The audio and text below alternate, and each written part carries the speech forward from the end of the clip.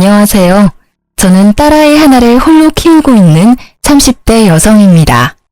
사연글 읽는 걸 스트레스의 하나로 여겼는데 제가 이렇게 사연글을 작성하게 될 줄은 꿈에도 몰랐네요. 저에게 이런 말도 안 되는 일이 일어날 줄이야. 그래도 이혼 과정이 잘 마무리가 되어 이제야 한시름 놓게 되어 이렇게 여러분께 제 이야기를 들려줄 수 있게 됐어요. 저와 남편은 5년의 연애 끝에 결혼한 케이스예요. 그만큼 서로의 장단점을 알고 있었기에 신중한 결혼이었지만 연애와 결혼은 다르다는 말을 실감한 결혼이기도 했죠. 저는 그리 잘 사는 집 딸은 아니지만 사회 초년생 때 부모님이 돌아가셔서 유산이 좀 있었어요. 결혼 기간 동안에는 그 부분을 남편에게 말하지는 않았죠. 왜냐고요? 남편은 돈을 너무 사랑하거든요. 일명 과시욕의 현신. 그런데 결혼하고 보니 시댁에도 과시욕의 현신이 한 분 더 있더군요. 바로 우리 시모였어요. 시모는 제가 부모가 없다는 것도 친정에 돈이 없다는 것도 무척이나 싫어하셔서 결혼을 엄청 반대했어요. 그때 그냥 관뒀어야 했는데 제가 콩깍지가 단단히 쓰였는지 그때는 그놈이 좋아서 빨리 결혼이 하고 싶었죠. 그때 나로 돌아간다면 절대 하지 않을 결혼이라는 선택. 그 선택 이후 제 삶은 180도로 달라졌어요. 결혼 직후 알게 된 그놈의 다른 얼굴은 놈팽이였어요. 그리고 잡은 물고기는 거들떠도 보지 않는 쓰레기 같은 인간이기도 했죠. 남편의 그런 모습은 제가 시모와 부딪힐 때마다 드러났어요. 제일 처음 남편의 다른 모습을 느꼈을 때는 임신 전후로 그 당시 저는 간호사로 일하고 있었죠. 제가 일하던 병원은 환자가 많아 바쁜 곳이었고 매일 아침 8시부터 저녁 7시까지 일을 하고 집에 돌아가면 집안일 하기도 힘들 정도였어요. 장시간 서 있고 말해야 하고 웃어야 하고 신경을 곤두세워야 했으니까요. 신혼여행을 다녀오고 복귀를 한 날 오후 시모에게 전화가 왔어요. 예, 너 반찬 좀 만들어서 오늘 저녁에 우리 집에 갖다 주고 가. 반찬이요? 귀 먹었니? 한 번에 알아듣지도 못해. 사오지 말고 만들어서 와. 저는 힘든 놈으로 장을 봐서 반찬을 만들어 시모의 집으로 갔습니다. 이미 시간은 9시가 훌쩍 넘어 있었어요. 어머님, 반찬 만들어 왔어요. 넌 왜 이렇게 늦어? 식탁 위에 반찬 올려놔라. 반찬을 올려놓자 시모는 손에 일회용 장갑을 끼고는 젓가락을 들고 왔어요. 그러더니 제가 만든 반찬의 냄새를 맡고 한 입씩 맛보더군요. 어쩜 이리 하나같이 맛이라고는 없니? 이래가지고 내 아들 아침밥이나 제대로 만들어 주겠어? 그러면서 제가 보는 눈 앞에서 제가 방금 만든 반찬을 음식물 쓰레기통에 탈탈 털어넣기 시작했어요. 그리고 그걸 보는 제 멘탈도 탈탈 털리고 있었죠. 부모 없는 건 티가 안 날래야 안 날 수가 없어. 배운 게 없으니 음식 맛이 이 모양이지. 너 내가 됐다고 할 때까지 월, 수, 금 반찬 만들어서 와. 내가 지정하는 걸로. 알았지? 그러면서 마지막에는 자기가 버린 음식을 담은 봉투를 제게 건네며 나가는 길에 버리라고 시키기까지 했죠. 정성스레 만든 반찬을 가져오자마자 내 손으로 버리는 그 기분 정말 더러웠어요. 눈물도 나고 눈물이 마르니 화가 나고 화가 가라앉으니 어떻게 하면 복수할 수 있을까를 생각하고 있더라고요. 어머님, 반찬 가져왔어요. 그래, 오늘은 닭갈비, 오이소박이, 시금치 나물이지? 시모가 젓가락을 들어 한 입 넣는 것을 보며 저는 속으로 웃었습니다. 이게 뭐니? 닭갈비가 왜 이렇게 달아? 오이소박이는 짜고 시금치는 왜 이렇게 곤죽이 됐어? 제가 조미료를 잘못 봤나 봐요. 그치만 어차피 쓰레기통에 버릴 음식 상관없지 않나요? 드시지도 않을 거 설탕 덩어리, 소금 덩어리면 뭐 어때요? 먹을 사람도 없는데. 예, 그럼 너 일부러 이랬다는 얘기니? 제가 왜 일부러 그러겠어요. 어머님이 제 음식을 일부러 버리는 게 아닌 것처럼 저도 일부러 그런 건 아니에요. 말하는 것 좀 봐. 음식 버린 게 그렇게 화났어? 그럼 음식을 맛있게 해와. 그러면 내가 버릴 리가 있겠어? 네가 못 배운 걸 왜 내 탓을 하고 난리니? 어머님도 못 배운 티가 나세요. 누가 음식을 그렇게 함부로 대해요? 음식 남기면 지옥 간다는 말도 있잖아요. 그러다 진짜 큰일 나면 어쩌시려고. 너 지금 나 타박하는 거니? 좀 기가 막혀서 네가 그러고도 며느리야. 음식이 음식 같아야 말이지. 소염물 같은 음식도 반찬이라고 시어머니한테 가져오다니. 네, 어머님이 그렇게 말씀하시면 어쩔 수 없죠. 소염물 같은 음식 2번 다시 어머니께 가져다 드리지 않을게요. 그럼 됐죠? 결국 저는 6개월 만에 반찬 지옥에서 벗어났습니다. 그러나 그 뒤에는 더 큰 지옥이 기다리고 있었어요. 육아휴직 중에 시모의 호출로 시작된 그 일이요. 예, 너 오늘 쇼핑하는 때 따라와라. 그날은 우리의 음력 생일이었어요. 그래서 저는 시모가 손녀 생일 선물이라도 사주려나 보다 싶어서 따라 나섰죠. 애를 맡길 곳이 없어 어린이집에 맡겨두고 백화점으로 갔어요. 너 뭘 그렇게 멀뚱멀뚱 쳐다봐? 빨리 들어. 아니, 자기는 손이 없고 발이 없는지 저에게 짐을 들도록 시키더라고요.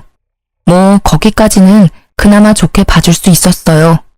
백화점에서 몇 보따리를 사서 나온 시모가 이번에는 자신이 가던 정형외과로 향했어요. 시모는 족저근막염이라는 걸 앓고 있는데 잘 낫지 않아서 정기적으로 정형외과를 방문하고 있었어요. 그런데 그날따라 한 간호사와 트러블이 잦더라고요. 저는 하녀처럼 옆에 붙어서 다니고 있었기에 시모의 과도한 요구와 간호사의 불친절이 만나 싸움판이 벌어진 것을 구경하고 있었죠. 아가씨, 여기는 왜 금액이 이렇게 비싸? 저번에 다니던 곳은 이곳 1회 금액으로 2회를 할 수 있을 정도였는데 너무 과잉 청구 아니야? 간호사는 보기 드문 미인이었어요. 한번 보면 잊기 어려울 정도로 존재감이 넘치는 얼굴이었죠. 그녀는 시모에게 밀리지 않고 더 당당하게 말했어요. 환자분, 그러면 그 병원 가시면 되잖아요. 왜 다른 병원 와서 남의 병원이 이렇다 저렇다 떠드시는 거예요? 싫으시면 여기 오지 마세요. 그 병원이 뭔가 마음에 안 들었으니까 여기 오셔놓고 무슨 불평불만이 그렇게 많으세요? 시모 못지않은 드센 기운의 간호사는 시모를 납작하게 눌러버렸죠. 대파랗게 어린 게 두 눈 부릅뜨고 말하는 것 좀 봐. 어른한테 그게 할 소리야? 너 내가 원장한테 말해서 여기 그만두게 만들어줄 테니까 딱 기다리고 있어. 으름장을 놓는 시모의 말에도 그녀는 네 성의 없는 말투로 일관했고 결국 시모는 화가 머리끝까지 났습니다. 그런데 엉뚱하게도 그 간호사가 키운 불똥이 제게 튀었죠. 오늘은 저녁 먹고 들어갈 거야. 그 말에 저도 출출함을 느꼈기에 시모를 따라 안으로 들어갔어요. 그런데 갑자기 시모가 이상하다는 얼굴로 저를 쳐다보더군요. 왜 그러세요, 어머니? 넌 왜 따라와? 네? 난 너랑 같이 밥 먹기 싫어. 나도 밥 편하게 좀 먹자. 네 얼굴 보면서 먹으면 체할 것 같아서 그래. 넌 밖에서 짐이나 지키고 있어. 그 순간 진짜 손이 벌벌 떨리는 게 시모의 뺨을 날려버리고 싶은 기분을 참느라 심호흡을 몇 번이나 했는지 몰라요. 짐이나 지키고 있어라? 아우 진짜. 시모만 아니면 저도 아까 그 간호사처럼 대꾸해주고 싶을 정도였죠. 딸아이 생일 선물 사러 온 거라고 생각했는데 그런 것도 아니었고 가만 보니 딸의 생일인지도 모르고 있는 눈치더라고요. 저런 사람을 시모라고 모셔야 하다니. 그러던 중에 전화벨이 울리더라고요. 어린이집 선생님이었어요. 어머님, 저희 마감 시간이 다 되어가서요. 혹시 언제쯤 오시나요? 아, 죄송해요. 최대한 빨리 데리러 갈게요. 죄송합니다. 갈 때까지 조금만 봐주세요. 전화기 너머로 연신 고개를 숙이며 사죄의 말을 한 저는 남편에게 급히 전화를 걸었습니다. 당신 빨리 어린이집에 좀 가봐. 마감 시간이라는데 내가 가기가 좀 그래. 당신 애 보려고 육아휴직하는 거 아니었어? 지금 어디서 뭘 하고 있길래 애도 맡겨놓고 밖이야. 내가 지금 놀고 있으면 당신한테 전화했겠어? 다짜고짜 왜 나한테 화내고 난리야. 나 지금 어머님하고 밖에 나와 있거든? 당신 퇴근 시간 넘었는데 집 아냐? 나 지금 바빠. 갑자기 전화해서 데려오라 말라야. 나 안 갈 테니까 당신이 알아서 해. 자기 말만 하고 끊어버리는 남편 때문에 저는 열이 더 받았고 결국 이제 막 밥 한 술 뜬 시모에게 가서 말했어요. 어머님, 어린이집에서 마감 시간이라고 연락 왔어요. 제가 데리러 가야 할 것 같은데 괜찮을까요? 저는 최대한 정중히 물어봤어요. 설마 손녀딸 일인데 그마저도 하지 말라고 하지는 않겠지. 그렇지만 시모는 제 짧은 생각을 한참 넘어서는 상식의 소유자였어요. 네가 가면 내 짐은 누가 지키니? 그리고 나 혼자 저 많은 짐을 어떻게 들고 가? 넌 생각이 있는 애니 없는 애니? 어머니야말로 생각이 있어요? 라고 묻고 싶은 걸 꼭 참았습니다. 그리고 다시 정중하게 말씀드렸어요. 어머님, 어린이집 마감이면 선생님도 집에 가셔야 해요. 우리 애 하나 때문에 선생님 힘들게 할 수는 없는 노릇이잖아요. 그게 그 사람들 일 아니니? 바쁜 사람 위해서 어린이집이 있는 거지. 그렇죠. 바쁜 사람을 위한 어린이집이죠. 그런데 저는 바쁜 일이 없으니까 그만 가보겠습니다. 어차피 밥은 어머님 혼자서 드시고 짐은 발이 달린 것도 아닌데 알아서 잘 있겠죠. 집에 가실 때는 알아서 하세요, 그럼. 야, 너 어디 가? 짐 하나라도 없어지면 네가 책임질 거야? 당장 이리 오지 못해? 제 등 뒤에서 고래고래 고함을 지르는 시모를 모른 채 하고 저는 택시를 타고 어린이집으로 갔습니다. 택시 안에서 초조하고 미안한 마음에 눈물이 다 나더라고요. 두 번 다시 내가 저놈의 시모 믿나 봐라 하는 마음만 가득했어요. 애는 늦게까지 혼자 있어서 그런지 시무룩해 보였어요. 저는 백화점에서 딸 생일 선물 하나 사오지 못한 저를 원망했어요. 점심때 어린이집에 맡기면서 우리 딸 생일 선물 사오겠다고 말했는데 그걸 지켜주지 못해서 속상했거든요. 집에 와서 아이를 재워놓고 나니 억눌렀던 화가 차오르는 것이 느껴졌습니다. 12시가 넘어서야 남편 놈이 어슬렁어슬렁 기어들어오더군요. 당신 지금까지 어디서 뭐 하다가 오는 거야? 설마 술 마셨어? 그래, 술 한잔 했다. 왜? 마누라가 집에서 보라는 애는 안 보고 싸돌아다녀서 열받아서 한잔 했어. 아이고, 애 좀 데리고 오라고 했더니 한밤중까지 술을 쳐드시고 오셨어? 당신 나하고 애한테는 신경도 안 쓰지? 내가 못 간다고 이야기하면 당신이라도 가야 하잖아. 오늘 애가 시무룩해서는 그게 내 잘못이야? 따지고 보면 당신이 육아휴직하면서 집에서 쉬는 주제에 빨빨거리고 돌아다닌 게 잘못이지. 내가 어디 갔었는지는 알고나 하는 말이야? 어머니가 불러서 나갔어. 나더러 짐꾼시키고 어린이집 간다니까 가지 말라고 하더라고. 애기 생일이라 난 또 생일 선물이나 사주려나 싶어서 나갔지. 선물? 선물은커녕 사람을 식모처럼 부리는데 어떻게 둘이 그렇게 똑같아? 똑같이 무신경하고 제멋대로야. 야, 너 우리 엄마 욕하는 거야? 가만히 보면 너는 우리 엄마에 대한 존중이 없어. 엄마가 일부러 그랬겠어? 곤란하니까 그랬겠지. 네 생각만 하지 말고 다른 사람 생각도 좀 해. 아니, 저녁 시간에 어머니는 식사하러 들어가시고는 나한테는 밖에서 짐 지키라는데 당신은 이해가 돼? 나는 어머님이 일부러 그랬다는 생각밖에 안 들어. 며느리 시집살이 시키는 거로밖에 안 보인다고. 밥도 못 먹고 밥 먹는 거 지켜보면서 멀뚱히 서 있는 게 얼마나 비참한지 당신은 이해할 수 있어? 그래서 꼴랑 밥 한 끼 못 먹게 했다고 이 난리야? 그게 그렇게 억울해? 자, 돈 줄 테니까 가서 먹고 와. 아주 배 터지게 먹고 와. 그럼 되겠네. 갑자기 지갑을 열어젖힌 남편이 제 얼굴로 10,000원짜리 한 장을 집어 던졌어요. 순간 그 치욕과 더러운 기분이 한데 뭉치면서 제 눈깔도 돌아버렸습니다. 이 인간이 돌았나? 지금 내 얼굴에 돈을 던져? 내가 지금 돈 없어서 그러는 줄 알아?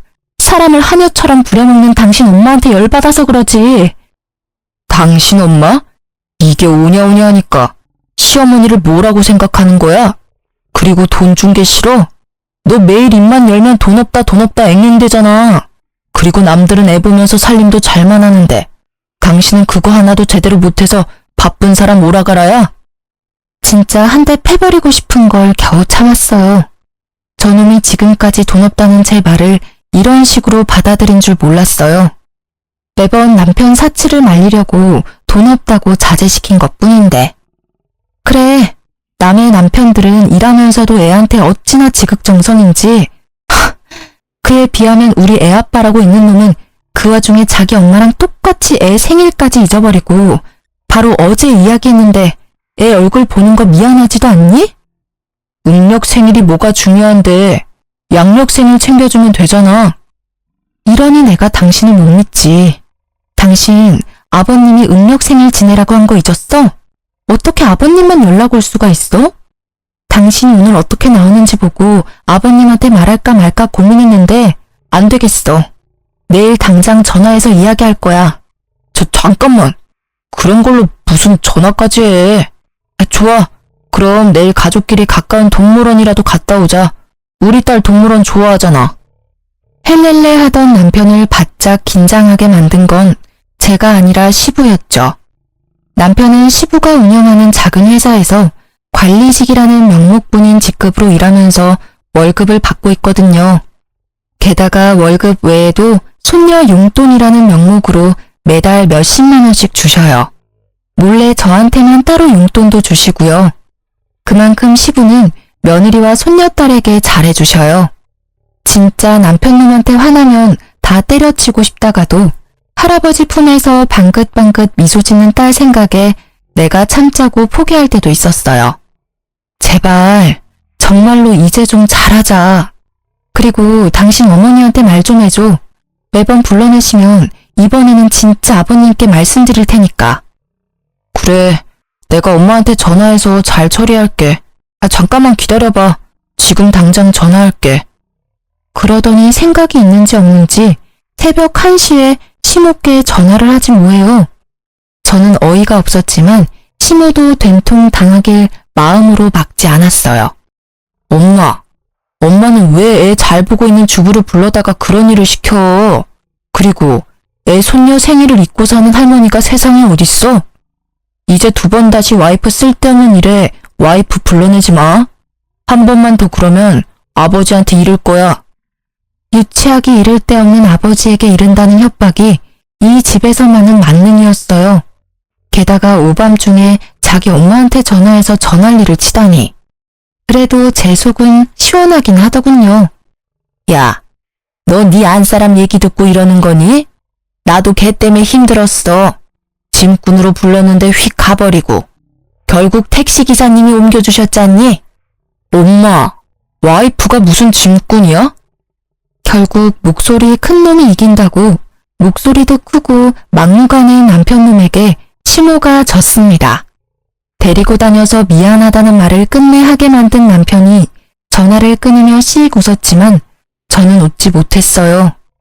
아까 전에 남편이 던진 10,000원의 기억이 계속 머릿속에 남아 있었으니까요. 그래도 이때는 이혼까지 생각하진 않았어요. 양친이 없는 제게 가족은 바꿀 수 없는 소중한 것이라는 생각이 머릿속에 가득했으니까요. 그런 제게 이혼의 계기를 심어준 건 다른 사건 때문이었어요.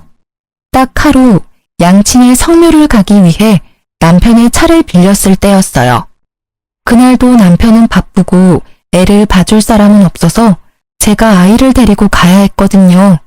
카시트가 있는 남편 차에 올라탔다가 아이가 떨어뜨린 장난감을 주워주려고 고개를 숙였는데 제 눈에 뭔가 반짝이는 게 보이더라고요. 들어 올려보니 팔찌였어요. 저는 액세서리를 별로 좋아하는 편이 아니라 제 것은 분명히 아니었는데 그 여성이 착용할 것 같은 디자인은 납골당 다녀오는 내내 찝찝하게 머릿속을 맴돌았어요. 설마 이놈이 바람까지 폈겠어? 아니야. 직장 동료가 회식 때 탔다가 흘린 걸지도 모르지. 고민하던 저는 정면 돌파를 선택했어요. 여보, 당신 차에 팔찌가 있는데 누구 거야? 어? 어떻게 생긴 건데? 내 차에 있는 거면 엄마 거 아닐까? 생각보다 태연하게 답하는 남편의 모습에 의심이 살짝 누그러졌지만 혹시 몰라 시모의 집으로 향했어요. 남편 말이 맞다면 어머니한테 돌려주는 게 맞으니까요. 어머님, 혹시 이런 팔찌는 얼마 정도 할까요? 내가 그걸 어떻게 알아? 근데 너 팔찌 샀니? 애 보는 엄마가 무슨 팔찌야? 게다가 딱 봐도 싸구려처럼 보이는데. 하긴 너한테는 딱이긴 하네.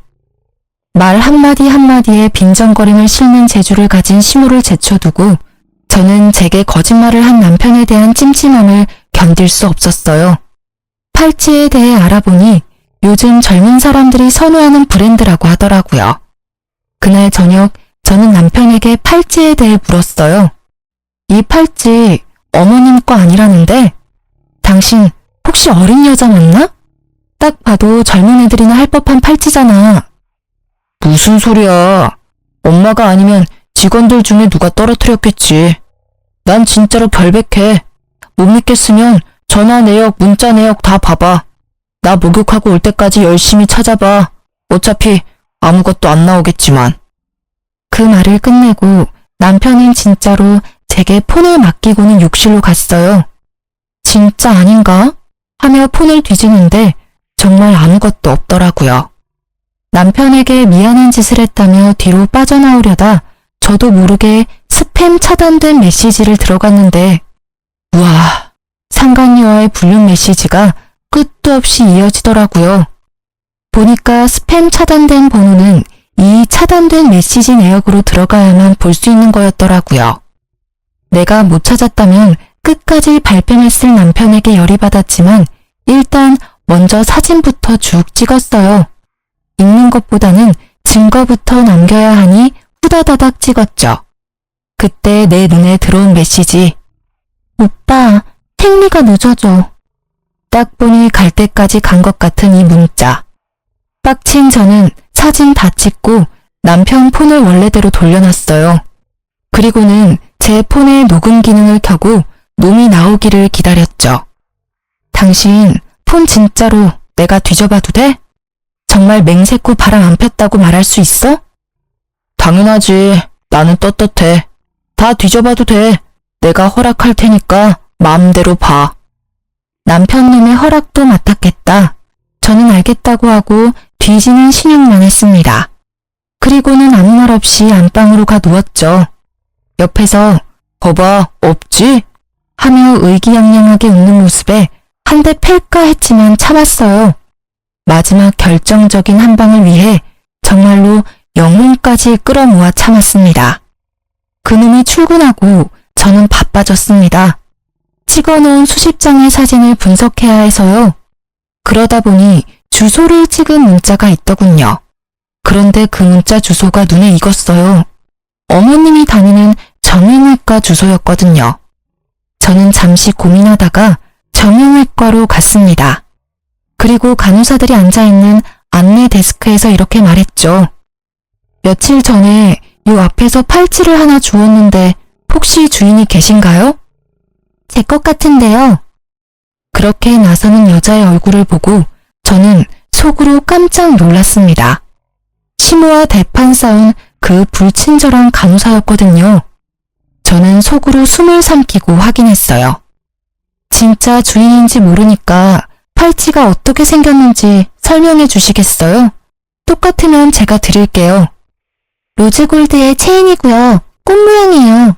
큐빅이 꽃에 4개 정도 박혀있고. 정확한 설명이었습니다. 저는 드디어 남편 놈과 바람핀 상간녀를 잡았어요.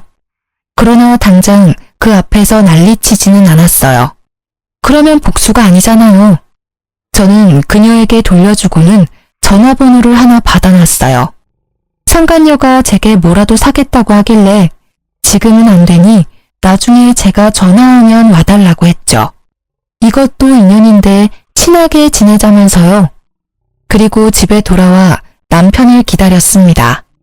그날도 남편은 상간녀를 만났는지 엄청 늦게 오더군요. 당신 바람 폈지? 무슨 헛소리야. 아니라고 몇 번을 얘기해. 그런데 어떡하지? 나는 이미 증거를 잡았는데. 뭐?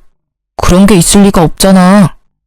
그놈은 눈에 띄게 당황하고 있었어요. 그 모습은 틀림없는 불륜남의 불안함이었습니다. 그때 보여준 당신 폰에서 봤어. 스팸으로 차단된 문자에 고스란히 찍혀있던데 내가 못 찾을 줄 알았나 봐. 이 나쁜 놈아. 애한테 신경도 안 쓰고 늦게 쏘다니더니 바람을 펴? 이제 애가 1살이다. 당신 머리통에는 도대체 뭐가 든 거야? 애 아빠라는 생각이 있긴 해? 아, 그래. 폈다. 바람 좀 폈어. 맨날 집에서 들들 볶기나 하는 마누라한테 질려서 다른 여자 좀 만났어. 근데 그게 뭐? 내가 죽을 죄를 지은 것도 아니잖아. 솔직히 나도 당신한테 질려. 매번 우리 엄마랑 싸우고 나랑 싸우고. 나도 당신이랑 같이 살기 싫어. 이혼해. 진짜 돌았구나. 완전 갈 때까지 가셨네. 세상은 당신 같은 놈을 유책 배우자라고 해. 당신한테 유리한 점은 하나도 없다고. 그딴 거 난 모르고 딸 양육권, 친권만 있으면 돼. 어차피 당신은 경제권도 없고 아무것도 없잖아. 그러니까 당신은 애 못 데려가. 우리 딸이 황금알을 낳는 거위인데 당신이 가져가면 똥 되는 거야. 에라이 이 미친놈아. 딸을 돈 버는 기계로 생각해? 아버님이 주시는 용돈 때문에 애 데려가려는 거면 절대 못 데려가. 이혼하자고? 그래, 내가 못할 줄 알아. 이혼해. 소송 걸고 엉망진창으로 같이 싸워보자, 어? 지금 당장 어머님 댁으로 같이 가. 가서 이혼하겠다고 말씀드리고. 화가 머리끝까지 난 저는 시모 집으로 가는 차 안에서 시부와 상간녀에게 문자를 보냈습니다. 시모의 집 주소를 보내면서 지금 이쪽으로 오라고 말이죠. 갑자기 너희들 무슨 일이야? 둘이서 같이. 어머님, 저희 이혼하기로 했어요. 제가 말을 꺼내자마자 시모의 얼굴빛이 확 달라지며 눈을 반짝이더군요. 저는 속으로 웃었습니다. 남편놈의 상간녀가 누구인지 알고도 이렇게 좋아할 수 있을까요? 어머, 얘 잘됐다. 너희는 아무리 봐도 안 맞았어. 어쩜 잘 생각했어. 어머님, 안 맞아서 헤어지는 게 아니라 이 사람이 바람 펴서 헤어지는 거예요. 바람? 너 진짜 바람 폈니? 그건 곤란한데.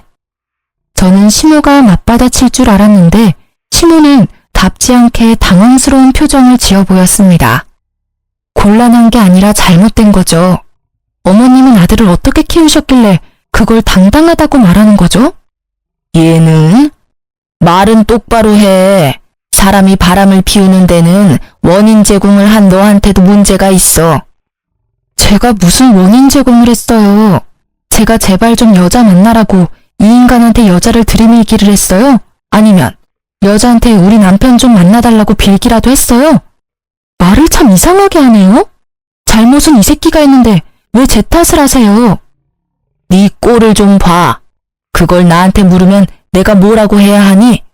네가 이렇게 추레하게 다니니까 네 남편이 바람을 피우지. 얼굴이 못생겼으면 돈이라도 많던가. 세상에 하고 많은 여자 중에 꼭 골라도 이런 애를 골라서는 그래도 이제 헤어진다니 다행이구나. 그게 무슨 소리야? 방문이 열리고 시부가 들어왔습니다. 시부의 얼굴에 열을 받아 벌겋게 달아올라 있었고 시모의 얼굴은 새파랗게 질렸습니다. 야, 너 바람 폈어? 진짜 바람 펴서 며느리랑 헤어지는 거야? 그게 바람을 핀 게 아니라 성격이 안 맞아서 헤어지는 거예요. 매번 엄마랑 싸우고 저랑도 안 맞고. 대신 애는 제가 데려올 거예요, 아버지. 아버님, 그이에게 상간녀가 있더라고요. 이게 바람핀 게 아니면 뭐겠어요? 그 여자랑 결혼하겠다고 저랑 헤어지겠대요. 멍청한 놈, 전화에 몹쓸 놈. 핏줄 어디 안 간다더니 지 엄이랑 똑같은 짓을 해? 네 엄이랑 내가 왜 별거 중인지 몰라서 그런 짓을 해? 여보, 지금 며느리는 저희랑 급이 안 맞아요. 친정에 부모도 없고 돈도 없고 그렇다고 예쁘기나 해요? 그 입 좀 다물어. 당신 그 바람기로 내가 받은 고통, 이번에는 당신 자식이 제 아내한테 그대로 저지르고 있어. 당신은 느끼는 게 없어? 그러고도 당신이 어미야? 아버지, 이 사람이 매번 어머니랑 싸워서. 내가 바보냐? 며느리한테 다 들어서 이미 알고 있다. 하나부터 열까지 네 어미와 네가 잘못한 짓을. 네 어미가 그런 짓을 저지르면 너라도 네 처를 감싸고 위로해야지. 아이고, 자식 새끼라고 하나 있는 게 모지리가 따로 없어. 이유가 어찌 됐든 둘 다 이혼하기로 한 거 그냥 허락해주고 재혼시켜줘요. 새로 들일 애는 집도 꽤 살고 애도 참아대요. 이놈의 옆했네. 끝까지 반성은커녕 불난 집에 부채질만 해? 좋아. 그렇다면 나도 이제껏 질질 끌어온 일을 해결해야겠지. 오늘부터 당신에게 주던 돈은 다 끊을 거야. 아니 여보, 그럼 저더러 어떻게 살라는 말이에요? 그리고 너, 내일부터는 다른 직장 구해봐. 내 회사에 네 자리는 이제 더 이상 없을 거다. 아버지, 일을 그만두게 하신다뇨. 한 번만 봐주세요. 뭐? 봐줘? 나는 이미 결정했다 이놈아. 이 집안의 바람으로 이런 일 일어나는 건 마지막이어야 할 거야. 아니면 내가 진짜로 이번에는 당신이랑 이혼하고 아들놈 호적에서 파버릴 테니까. 아버지, 아버지는 도대체 누구 편이에요? 내가 저 여자랑 안 살겠다는데 왜 아버지가 이 난리시냐고요. 이놈이 그래도 제정신을 못 차리지. 내가 왜 난리냐고? 내가 내 손녀딸 할아버지라서 그렇지. 니놈한테 무슨 아빠 자격이 있어? 귀한 딸 팽개 쳐놓고 여자 만나러 다니는 꼴이 어떻게 둘이 똑같아? 시부의 분노에 찬 고함 소리가 끝나자마자 벨이 울렸어요. 저는 후다닥 뛰어나가 상간녀를 안으로 들였습니다. 제가 부탁한 순대 사오셨네요. 고마워요. 제가 순대를 너무 좋아하거든요. 자, 어서 들어오세요. 집안이 좀 어수선하긴 하지만. 거실로 들어오는 그녀의 모습에 놀란 건 남편뿐만이 아니었어요.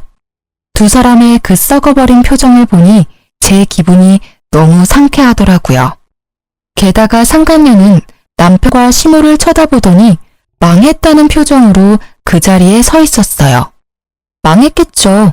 자기가 그렇게 업신여기던 민폐 환자가 여기 딱 서 있는데. 왜 네가 여기 와? 나 팔찌 찾아주신 분이 이분이셔. 뭐? 팔찌? 그래, 그 팔찌. 망할 당신이 나한테 거짓말했던 그거 어머님 거 아니었더라?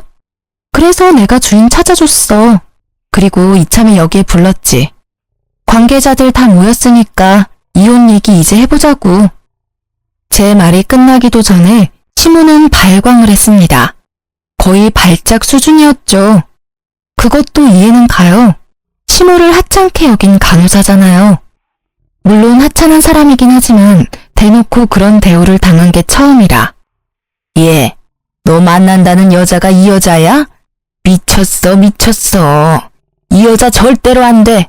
도대체가 너는 보는 눈이 왜 이렇게 없어? 게다가 순대 내가 제일 질색하는 걸 들고 왔잖아. 엄마가 어떻게 얘를 알아? 두말 안 해. 나는 이 애는 허락 못해. 같은 값이면 그나마 조금이라도 순종적인 며느리가 낫지. 어머님, 제가 왜 남아있으리라고 생각해요? 저 나갈 건데요. 이제 와서 버스 잡아도 늦었어요. 저도 두 분한테 정이 뚝 떨어졌거든요. 정말 어디 가서 이런 애들만 골라서 와? 좀 괜찮은 애를 데리고 와야 데리고 다닐 맛이 날 거 아니야. 상간녀는 잠시 주변을 둘러보는 듯 하더니 생각이 끝난 듯 말도 안 되는 말을 짓거리더라고요. 안녕하세요. 정하경이에요. 오빠와는 만난 지 1년 됐고 오빠와의 결혼을 진지하게 생각하고 있어요. 머리가 돌아버린 건지 원래 앞만 보고 사는 건지는 모르겠지만 아직 정식으로 이혼도 안 한 와이프 앞에서 당당하게 말하는 꼴을 보니 보통 꼴통은 아니구나 하는 생각이 들었죠. 그래요. 아직 이혼도 안 한 남자랑 결혼 생각을 하고 있어요? 부인 있는 남자랑 바람 펴놓고 상간녀라 그런지 얼굴에 철판을 깔았나 봐요. 세상의 모든 상간녀들이 다 그렇죠. 전 당당해요. 상간녀이기 전에 저와 오빠는 사랑하는 사이고 그걸 맡고 있는 사람이 아줌마니까요. 애를 빌미로 매번 협박한다는데 그게 아내가 할 행동인가요? 네가 뭘 안다고 입을 나불대? 애를 빌미로 협박? 네가 좋아하는 오빠가 그리 말하든? 웃기고 있네. 이렇게 순진한 아가씨가 여기 있네. 이보세요, 상간녀 씨. 당신 오빠는 기본적으로 애를 안 봐줘요. 애를 빌미로 협박? 당신 오빠가 애를 무서워할 것 같아? 정작 무서워하는 건 따로 있는데? 그리고 당신도 애를 가졌다면서 애를 빌미로 합법적인 남편한테 집에 관심 좀 가지라고 말한 와이프랑 애를 빌미로 애 있는 유부남 꼬셔서 결혼하자고 하는 상간녀랑 딱 봐도 누가 진짜 잘못한 건지는 뻔하지 않아? 그만해. 하경이 하는 말 다 100번 오라.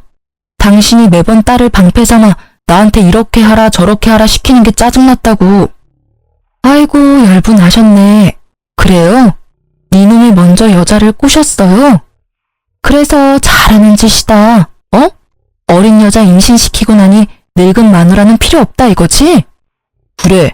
당신 같은 늙은 호박 나도 필요 없어. 헤어지자니까 왜 사람들을 불러 모아서 일을 크게 만드는데? 아, 제발 나랑 헤어져 줘라. 어? 알았어. 헤어져 줄게. 그치만 어머님도 아버님도 아셔야 하잖아. 우리가 왜 헤어지는지, 누구에게 잘못이 있는지, 누가 가정을 파탄냈는지. 말만 하면 다 내 탓이지. 그러는 너는 도대체 뭘 잘했다고 그렇게 큰 소리야? 나 잘한 거 없어. 그치만 잘못한 것도 없지. 나는 지금 횡단보도에서 신호 지키며 서 있다가 뺑소니 당한 기분이거든. 잘못한 게 없어? 매번 엄마랑 싸우고 나한테 이빨 들이댄 게 누군데? 엄마가 처음부터 당신이랑 결혼 반대할 때 알아봤어야 했어. 야, 돈 없이 커서 궁상 맞은 것도 하루 이틀이지.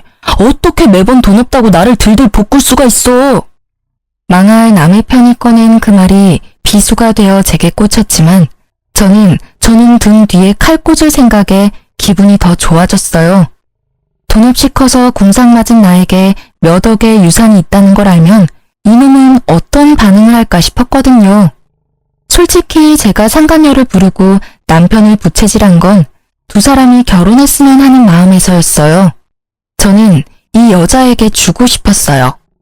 제가 이 지랄 맞은 시무와 남편에게 당한 수모와 치욕스러움을 말이죠. 분명히 이 두 사람은 내가 없으면 다른 사람에게 똑같은 행동을 하겠죠. 이 상간녀가 왜 남편과 결혼하고 싶어 하는지는 눈에 선해요.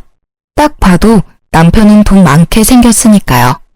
제발 둘이 결혼해서 너도 나처럼 눈물 흘리며 고생해봐 하는 마음뿐이었죠. 우리 둘의 설전을 말린 건 시부였습니다. 둘 다 그만해라.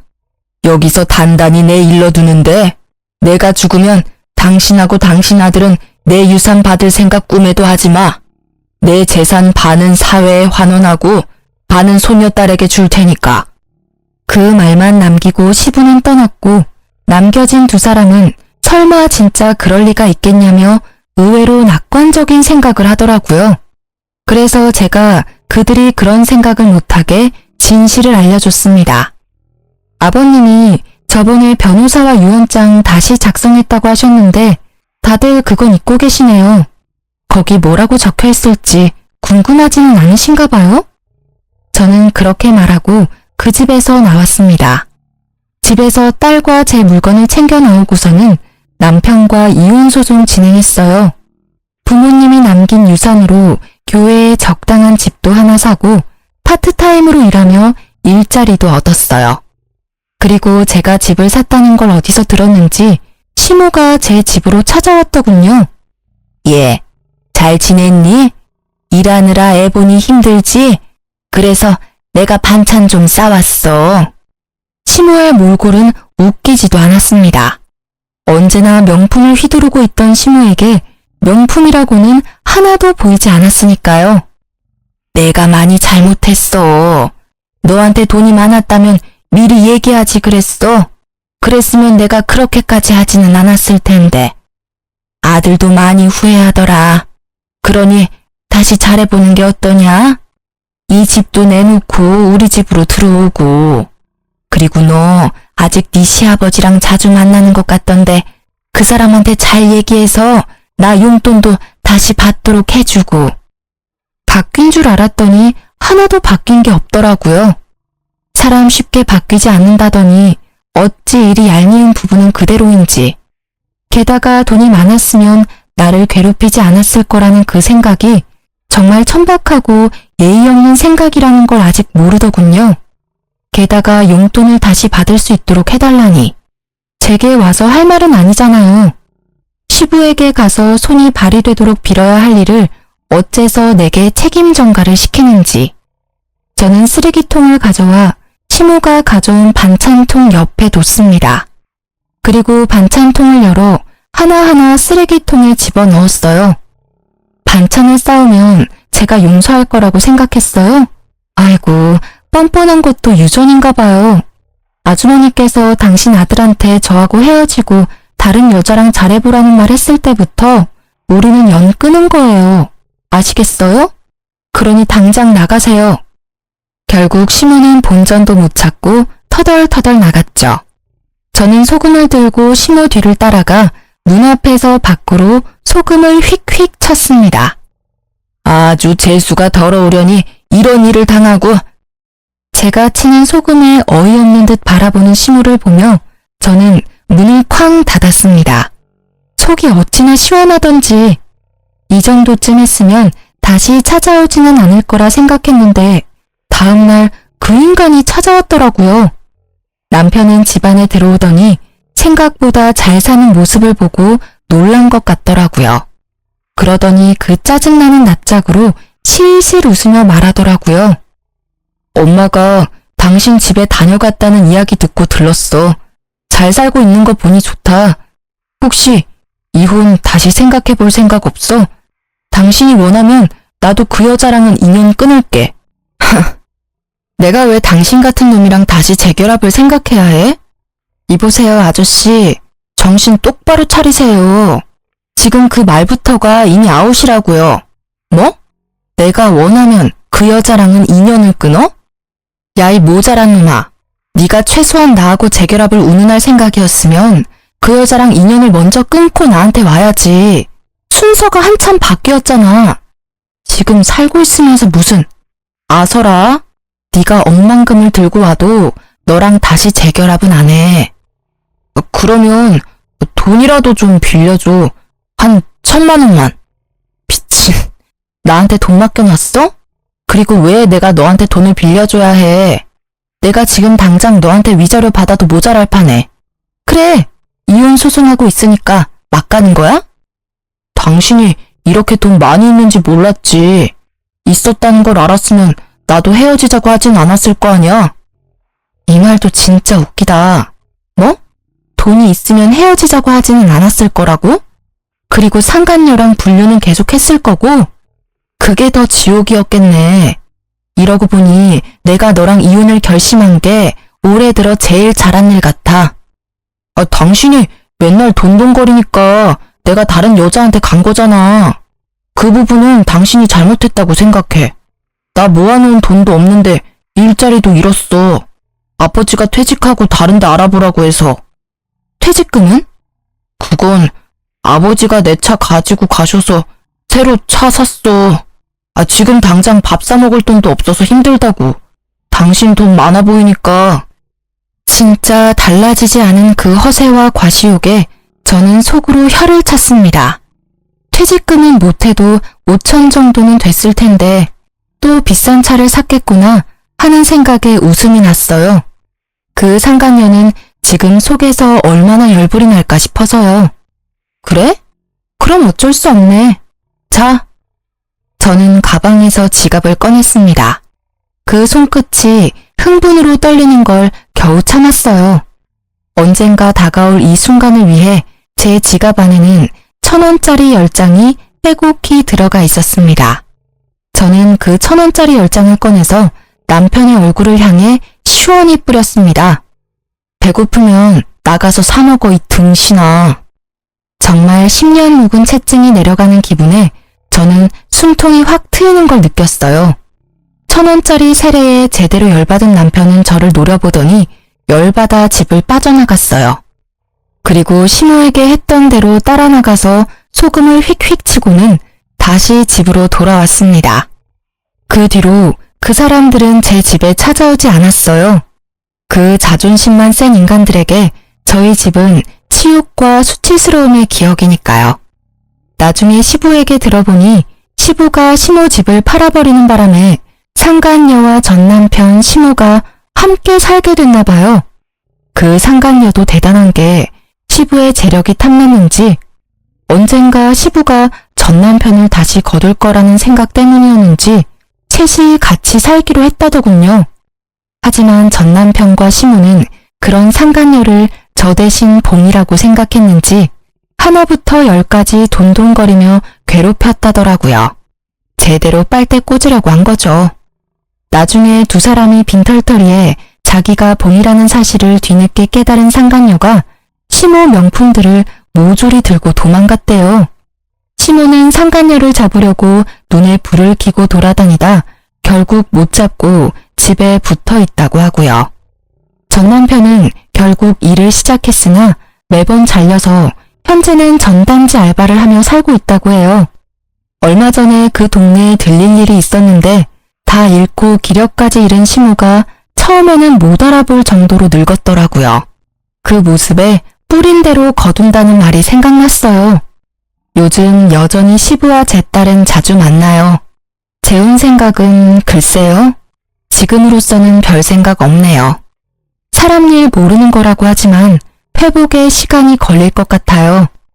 가족이 완성체여야만 행복하다고 생각한 지난날을 반성하며 단 둘뿐인 가족만으로도 행복하게 지내고 있으니까요. 긴 사연글 읽어주셔서 감사합니다. 안녕하세요. 저는 40대 중반 여성으로 최근 남편과 이혼했어요. 여러분들도 아시겠지만 결혼이라는 게 하는 것도 어렵지만 유지하는 건 더 어렵잖아요. 저 역시 결혼 생활 15년 동안 크고 작은 트러블이 있었는데 그래도 이제 중학생이 된 아들을 키우면서 남들도 다 이렇게 살겠지 하는 안일한 생각으로 그냥 하루하루 꾸역꾸역 살아왔던 것 같아요.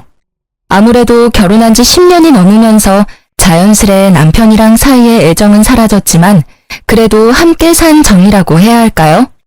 나 아니면 이 사람 누구랑 살겠어 하는 어리석은 생각도 괜히 했던 것 같네요. 그러면서 처음에는 이혼하면 큰일 나는 줄 알고 속상한 일이 있어도 꼭 참고 아들만 생각하면서 가정은 지켜야 한다는 생각으로 참고 참았는데 날이 갈수록 남편의 행태가 괘씸해지니 더 참았다가는 제 인생이 송두리째 흔들릴 듯 했습니다. 그래서 이혼했는데 결과적으로 정말 잘한 선택이란 생각이 들어요. 그래도 좋은 일은 아니게 가족이나 친구들에게 말하는 건 한계가 있어 고민하다가 평소 즐겨 듣던 이곳에 사연을 보내봐요. 부디 많은 분들이 귀담아 들어주셨으면 좋겠고 혹여 저 같은 상황에 놓인 여성분들이 있다면 너무 겁내지 마시고 저지르라고 말씀드리고 싶네요. 서두가 길었죠? 그럼 지금부터 제가 이혼을 결심한 이유와 그 과정에 대한 이야기를 시작해 볼게요. 저랑 남편은 같은 직장에서 만나 2년 정도 비밀 사내 연애를 했어요. 저는 남편보다 먼저 그 직장에 다녀서 햇수로 10년이 거의 다 되어가고 있었는데 경력직으로 새로 들어온 남편이 그때는 너무 젠틀하고 매너가 좋아 보여서 호감이 가더라고요. 그러던 찰나 남편도 제가 마음에 들었는지 회식 후에 둘이서 따로 술 한잔씩 하는 날이 늘었고 남편이 사귀자고 고백을 해서 사귀게 됐답니다. 그러다 언제까지 이렇게 비밀로 사귈 순 없다고 생각이 들었고 서로 나이도 찰 만큼 찼다고 생각해서 30대 초반에 결혼을 했어요. 남편이랑 결혼하고 나니 매일같이 일어나 출근하고 퇴근하면 또 만나서 같이 집으로 오는 생활이 되더라고요. 물론 처음에는 신혼의 콩깍지가 씌어서 너무 좋았어요. 매일 사랑하는 사람과 일상을 공유하고 서로 아는 사람들도 많이 겹치니 회사 일도 다 알고 자연스레 이야기할 것도 많잖아요. 그런데 그것도 잠깐이지. 사람이 오래 가려면 적당한 거리를 둬야 한다고 매일같이 남편이랑 일상을 공유하는 게 점점 답답해졌습니다. 굳이 비밀을 만들어야 하는 건 아니지만 서로 모르는 게 없이 다 알고 있으니까 이건 뭐 각자의 사생활이 전혀 없는 겁니다. 그래서 친구들이 남편이랑 한 회사 다니니까 좋겠다고 하면 그리 좋은 것만도 아니라고 말하고 다니던 때였어요. 그러다 제가 임신을 하게 됐는데요. 사실 저희는 서로 돈을 좀 모으고 자리를 잡은 뒤에 아기를 갖기로 했었는데 남편이 여행 가서 분위기 잡다가 계획보다 이르게 아기를 가지게 된 거였죠. 그렇다 보니 처음에는 너무 당황스러웠는데 그래도 우리가 엄마 아빠가 된다니 너무 설레고 떨려서 가슴이 벅차오르더라고요. 그래서 둘이서 정말 우리 아기 잘 키워보자고 다짐도 많이 했답니다. 다행스럽게도 회사 복지가 어느 정도 잘 되어 있어서 저도 아기 낳고 육아휴직도 최대한 쓸 수 있었고 평소 제가 오래 다닌 사원이다 보니 여러 가지 단축근무 등 임산부 시절에 쓸 수 있는 법적인 것들도 다 지켜주셨어요. 그렇게 아기를 낳고 1년여간의 육아휴직 기간을 거쳤는데 막상 아기를 키우다 보니 1년의 시간이 참 빠르게 흐르더라고요. 저는 일하는 게 버릇이 되었기 때문에 아기가 너무 이쁘지만 한편으로는 빨리 복직해서 일을 하고 싶었어요. 그런데 보수적인 남편이 이렇게 어린 아기를 어린이집에 맡기고 어떻게 일을 다니겠냐면서 회사를 그만두고 아기 키우는 데에 전념했으면 좋겠다고 말을 하더라고요. 결국 10년 넘게 다닌 회사를 그만두라는 건데 고민이 됐어요. 그래서 일단 해보는 데까지는 해보겠다고 하고 아기를 어린이집에 맡기고 워킹맘을 시작했었죠. 그런데 막상 어린이집에 보내니까 아기가 너무 어려서 그런지 이런저런 감기와 질병에 너무 많이 걸리는 겁니다. 그러다 보니 어린이집을 제때 보내지 못하는 상황이 생겼고 자연스럽게 남편 대신 제가 상사 눈치를 보면서 반차나 연차를 내는 상황이 반복되더라고요.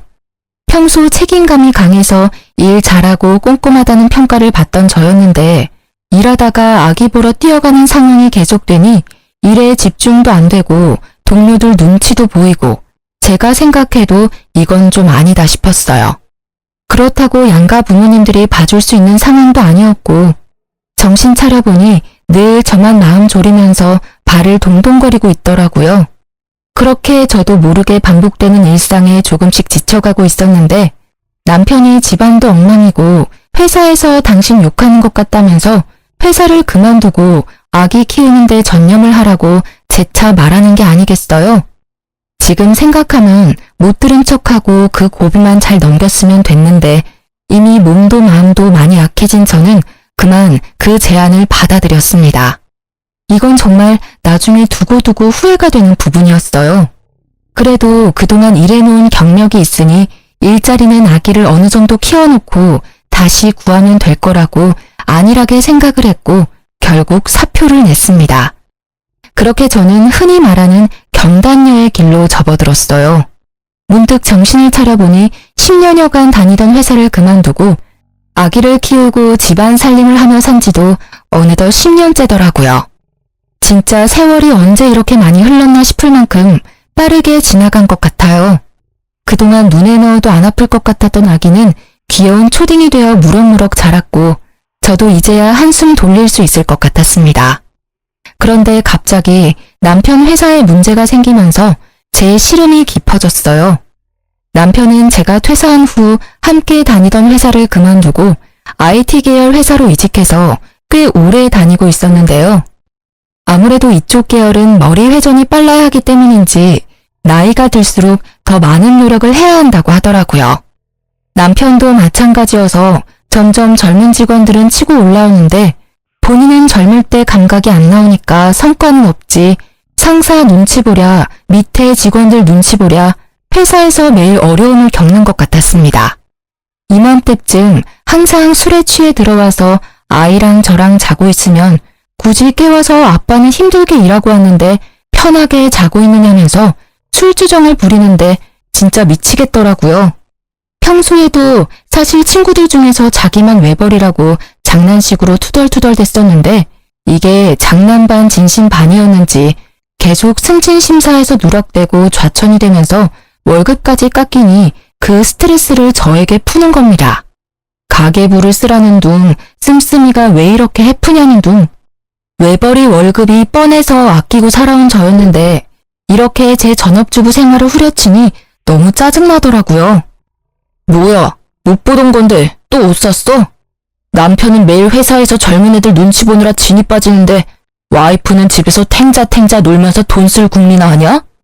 무슨 소리 하는 거야. 이거 원래 있던 옷이야. 전에 백화점에서 당신이 좋다고 사준 거잖아. 기억 안 나? 그리고 내가 무슨 집에서 탱자탱자 논다고 그래? 당신이 청소를 해, 빨래를 해, 요리를 해. 나 없으면 여기 마구간이야. 당신 일하느라 힘든 건 아는데 그렇다고 그걸 나한테 풀면 안 되는 거 아니야? 아, 됐어. 집에서 노는 네가 뭘 알겠어. 내가 얼마나 힘들게 돈 벌어오는지 가장의 무게를 이해하겠냐고.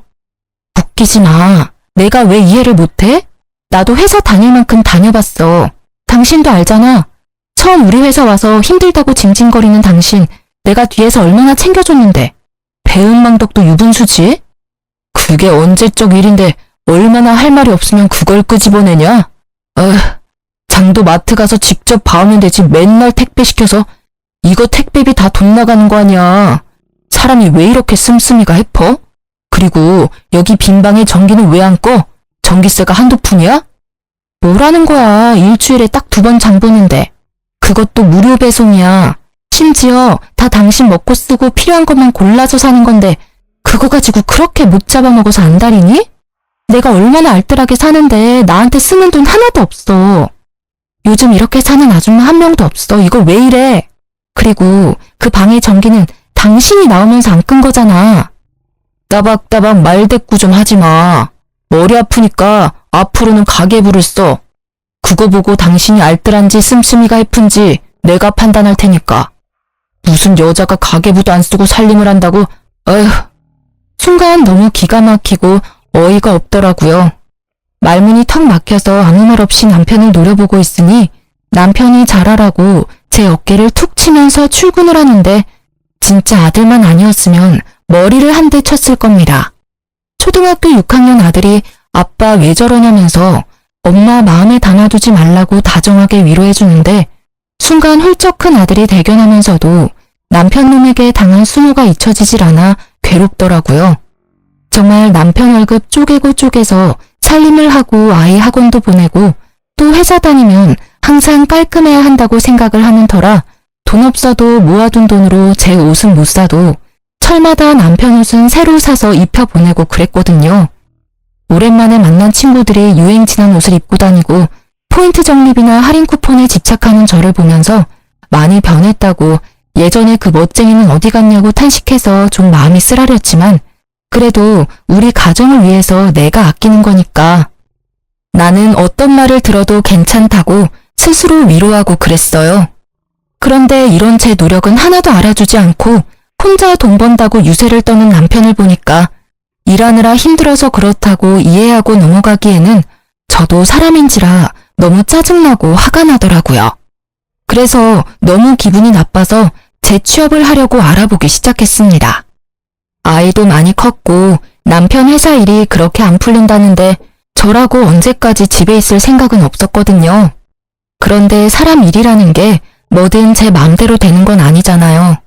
예전에 다녔던 경력이 있으니까 웬만하면 다 될 줄 알고 여기저기 이력서를 냈는데 조건이 좋은 곳은 전부 제 나이와 오랜 경단 기간을 아쉬워하며 탈락을 통보했어요. 그래서 눈높이를 낮춰서 작은 회사에도 이력서를 냈는데 서류는 붙어도 이상하게 면접에서 떨어지기 일쑤더라고요. 한창 회사 다닐 때는 정말 자신감 있고 적극적인 성격이었는데 저도 모르는 사이 10년 넘게 살림만 하면서 주눅이 들었나 봐요. 그렇게 자꾸 떨어지다 보니 가뜩이나 떨어진 자존감이 아주 땅을 지나 지하 수백 미터로 쿵 처박혔습니다. 정말 내가 왜 이렇게 됐지?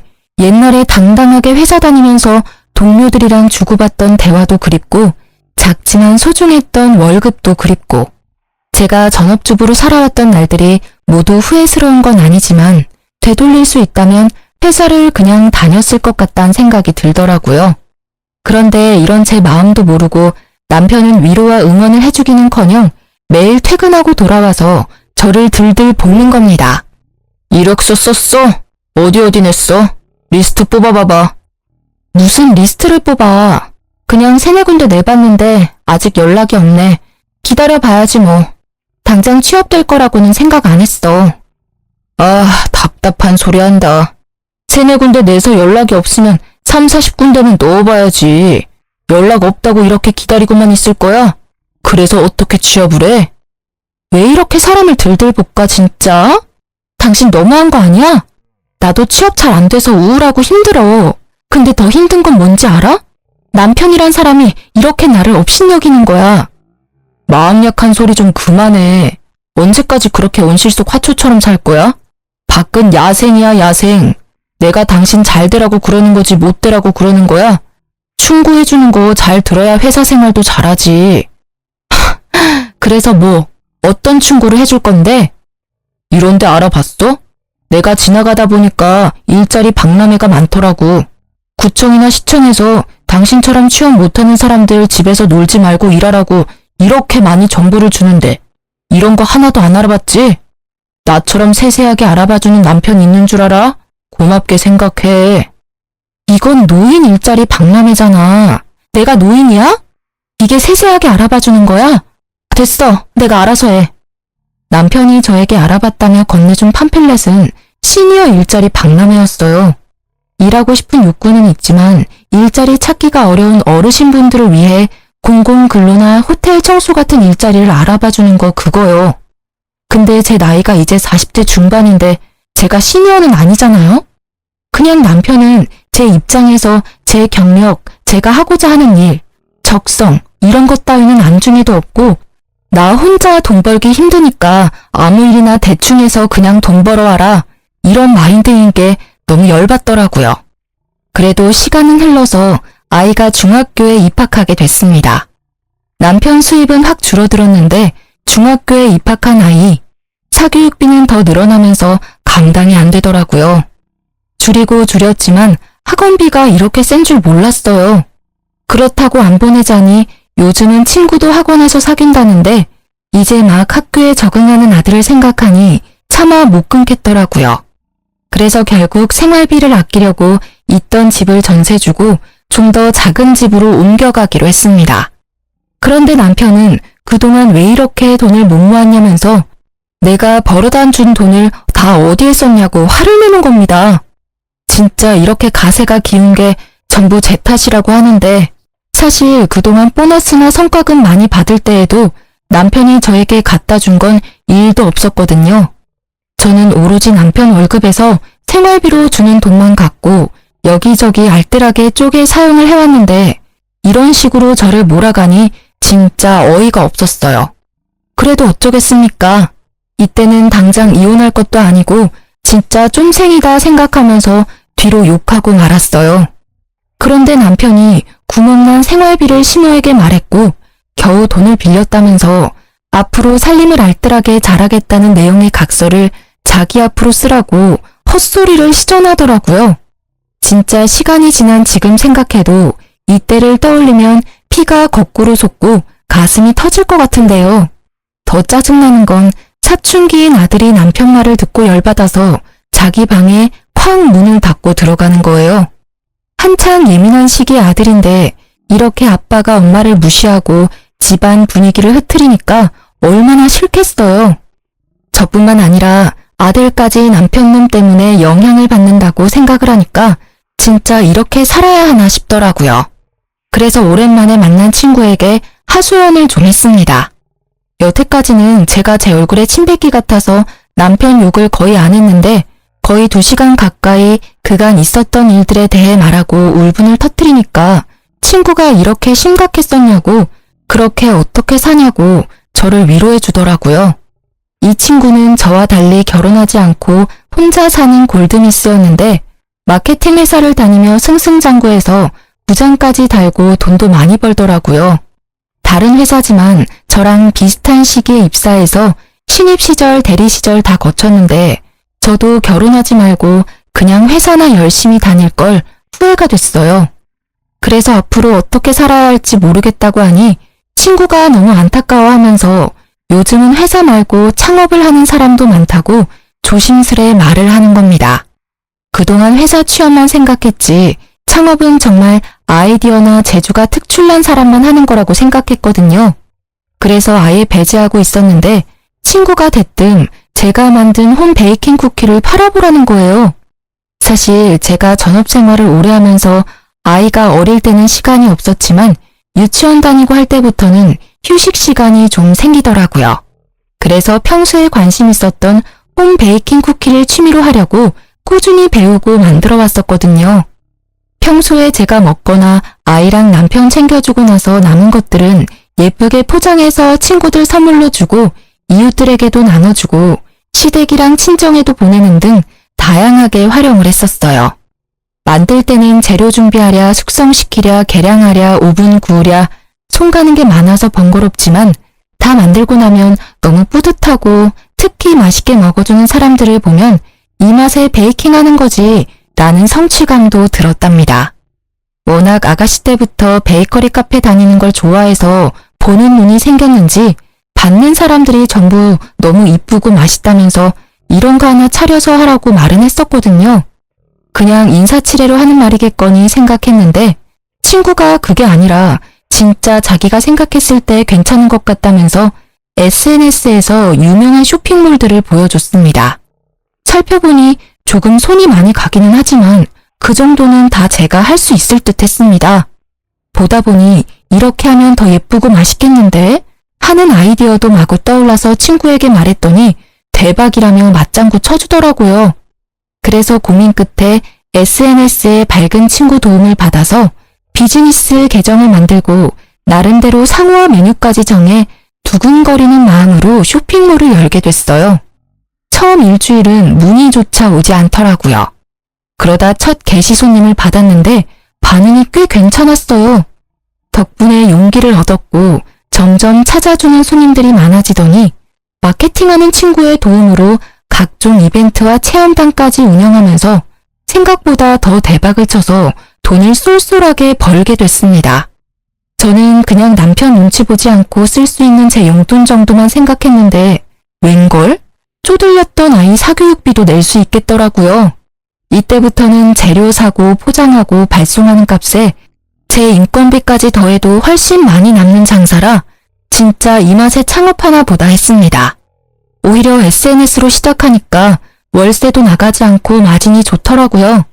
그래서 주문이 밀려도 힘든 줄도 모르고 밤을 새가면서 물량을 맞추고 손님들 리뷰에 답까지 달아주면서 열심히 했어요.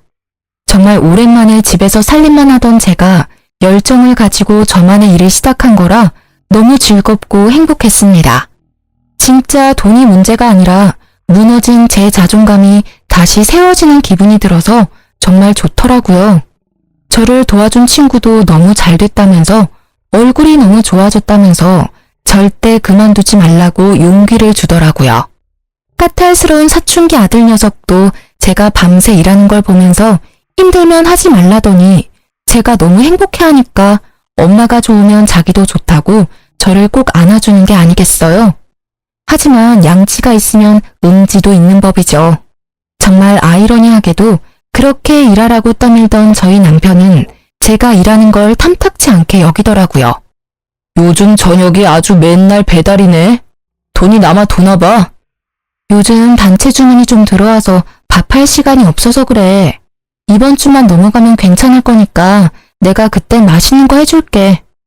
당신이 돈을 벌면 얼마나 번다고 밥할 시간이 없대. 그래봤자 푼돈이잖아. 누가 보면 돈 꽤나 버는 줄 알겠다. 무슨 말을 그렇게 해? 당신이 관심 없으니 몰라서 그렇지. 나 꽤 벌어. 내가 요즘 당신한테 애 학원비 밀렸으니까 붙여달라고 하는 거 봤어? 다 내가 내고 있어. 당신 입고 있는 그 와이셔츠랑 바지 그거 새 거잖아. 다 내 돈으로 사서 입혀주는 거야. 알고 말해. 됐어. 그냥 반죽 가지고 장난칠 시간에 근처 빵집이라도 취직해서 정상적으로 좀 살아. 이게 뭐야? 집꼬라지하고는. 뭐 인정합니다. 혼자 모든 걸 하니까 집안일이 어려워지긴 했어요. 그런데 누구나 처음에는 일과 생활을 조율하는데 적응하는 기간이 필요하잖아요. 진짜 갓 사업 시작해서 열심히 하려는 사람한테 초치는 것도 아니고 그렇게 일해서 돈 벌어 오라고 하더니 돈 번다고 하니까 집안일 열심히 하라는데 어이가 없었어요. 정말 나랑 한번 제대로 싸워보자는 건가 싶기도 하고 제가 뭘 해서 얼마나 버는지 관심은 1도 없으면서 반죽 가지고 장난치지 말고 빵집에라도 취직하라면서 정상 비정상 운운하는 남편을 보니 한심하더라고요. 그래도 남편은 늘 꽉 막힌 사람이었으니까 제 기준이 낮아서 그런지 몰라도 이때까진 그냥 참을만 했어요. 그런데 오랜만에 만난 가족 행사에서 시누이를 만났는데 남편 놈이 지 누나라고 제 이야기를 많이 했나 보더라고요. 어처구니 없게도 신우까지 저를 약올리는 말들을 서슴없이 하는 겁니다. 올케 요즘 일하느라 바쁘다면서? 아, 네 형님. 그냥 소소하게 일하고 있어요. 아직 처음이라 힘들긴 한데 그래도 재밌어서 할만해요. 이 일이 재밌으면 되나? 그게 무슨 일이야? 동생 말 들으니까 돈 좀 번다고 집안일에는 손 놨다면서? 나도 일해봤는데 2가지 한 번에 잘하기 힘들어. 특히나 그런 사업은 하나부터 10까지 올케가 해야 하는데 끝까지 잘할 수 있겠어? 괜히 힘 빼지 말지 그래? 그게 무슨 말씀이세요? 저보고 일하지 말라는 거예요? 아유, 내가 올케 걱정돼서 하는 말이야. 기분 나쁘게는 듣지 말고 사업은 뭐 아무나 하나? 요즘 개나 소나 다 사업한다고 창업한다고 하니까 올케 귀가 얇아졌나 본데 다 그것도 한때야 한때. 형님, 저 지금 너무 열심히 잘하고 있어요. 응원까지는 안 바랄게요. 그냥 신경 쓰지 말아주셨으면 해요.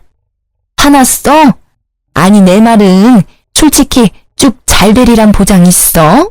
막말로 집에서 10년 넘게 애보던 여자가 사업한다고 날뛰는데 옆에서 지켜보는 가족들은 걱정이 되지. 이게 걱정하는 사람의 말이었을까요? 진짜 신우이만 아니었으면 머리채를 휘어잡았을 거예요.